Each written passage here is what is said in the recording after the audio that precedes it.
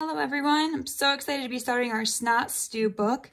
This is a novel. I know a lot of you are really excited to dig into a novel. So this is called Snot Stew. It's by Bill Wallace. We're going to start with the first chapter today. And the focus question for chapter 1 is going to be to tell 3 reasons why the icebox made a good home. Your 2 vocabulary words are going to be icebox and romp. So an ice box is an insulated box that keeps things cold or hot. And romp means to stomp around. Okay, and all of this is going to be on your worksheet for chapter 1. So let's turn and read what chapter 1 has for us.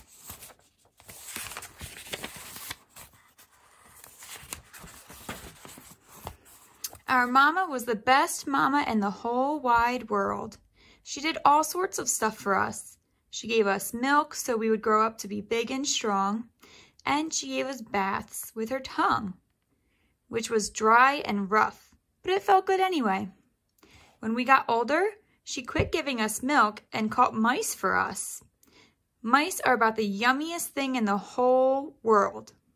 They're made up of all sorts of good, healthy things, like meat, bones with lots of fiber, vitamins, and minerals. They taste really good, and they're fun to play with too. So before we move on with chapter 1, we can already see that this narrator, or the person reading the story, must not be human. So what type of animal would like to eat mice, gets given milk, and gets baths with their mother's tongue? If you guessed cats, good job. So this is written from the point of view of a cat. So let's keep reading. Don't play with your food, Mama always said. Unless it's a mouse, then it's okay. She'd bring the mice back to our house, a soft pile of hay, and a big wooden box in the barn. Mama said it was an old ice box. Usually cats don't live in ice boxes, but this one had been left in the Burks' barn. So there's our setting. So the setting of the story is the Burks' barn, and the cat's house is an ice box. We used the hole as our door, and nobody ever moved the ice box, so it was a perfect place for home. Besides, Mama said, it's warm in the winter and cool in the summer. Mama made us watch while she gave herself a bath. She said that we would need to learn how to take a bath by ourselves before long. We didn't know what she meant, not until the day she came home and told us she was leaving.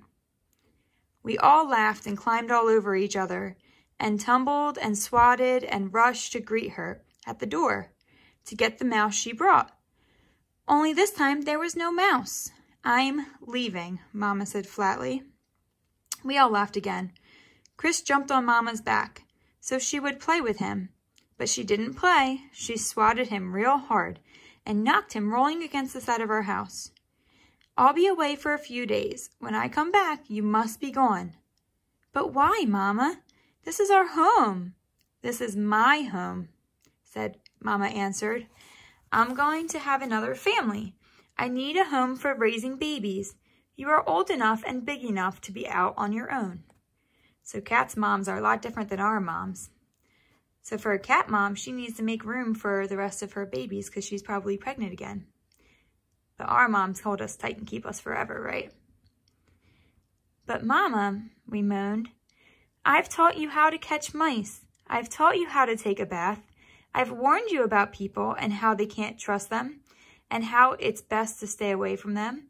I've told you about Butch, the Burks' dog, and how mean and nasty he is. So let's take a break from reading. That's a new character. So we have the narrator, the person telling the story, and then we have Mama, and now we have Butch, the Burks' dog, and we know his character traits are mean and nasty. So something you're going to want to remember for later on in the book. And how he would just love to eat a soft, juicy kitten. I've taught you all that I can. It is time to grow up and leave the home." When she turned and squeezed out the door, we all meowed and begged her to come back. She didn't.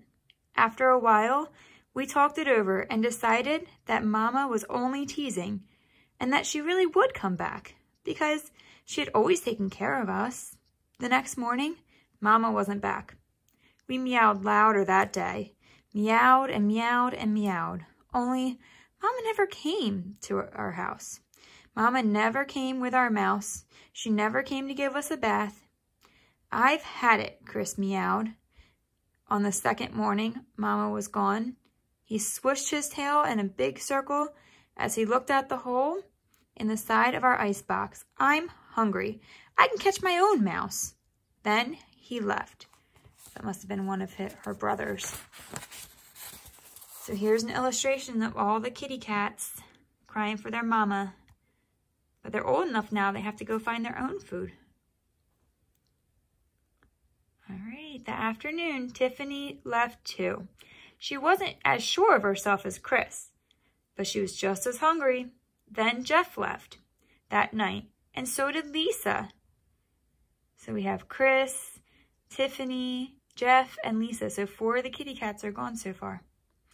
Toby and I were the only ones who stayed. We cried and meowed all night. The next morning, we cried and meowed even more. I don't remember being so hungry or lonely. I guess Mama really isn't coming back, I told Toby. So see here how they have in italics, this word's a little bit like sideways written. That means that when you're reading, you read it with a little bit more interest. So that word, you put more emphasis on. So I read it as, I guess Mama really isn't coming back. So I put a little bit more oomph when I was reading that word. He buried his face in his paws. "No, she isn't," he finally meowed. He had such a sad look on his face. I could hardly stand it. So the author must be very compassionate because she's looking at her brother's face and feeling bad for him because he's sad. So I jumped on his back and hoped that little romp would make him feel better. So there's one of our vocabulary words, romp. So remember, romp is when you're like jumping up and down. Only Toby didn't want to play. He just lay there and bite me and let me bite his ears. "What are we going to do, Kiki?" So now we know our author's name is Kiki because there's only 2 kittens left. One of them was Toby, and he just called her Kiki. So we know Kiki is our main character, and then her brother is Toby. I lay down beside him. I swished my tail against his ear. "I guess we have to grow up," I meowed. "I guess we have to leave home, or we'll starve." We cried and meowed some more. But before we could leave, a terrible thing happened. Okay, so I want you guys to stop and think and make a prediction. Turn to your parents, your brother, your grandparents, whoever's with you, and make a prediction. What do you think the horrible, terrible thing is? Okay, let's see if you're right. Our house began to rock. It creaked and moaned. The walls lifted on one side, then the other. All at once, the whole side of our house was gone. Light flooded in. Toby and I froze. We huddled. Remember, huddling is kind of like this picture where everyone's cuddling in really close, like you're huddling together. Think kind of like a football huddle, where all the football players get together right before they decide what play to do. Together, pressing ourselves as hard as we could against each other for safety, there was a loud boom. Our house fell over, and we were left out in the open, the floor of the big barn.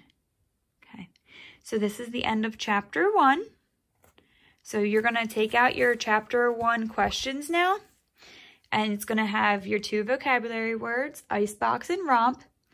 And then you've got a list. I would like if you could answer it in a complete sentence, or maybe 3 sentences. Tell 3 reasons why the icebox made a good home. Okay, have a good day. Have fun learning at home. Can't wait to learn more about Kiki, Toby, and maybe why this big, mean dog's on the cover. All right, see you soon.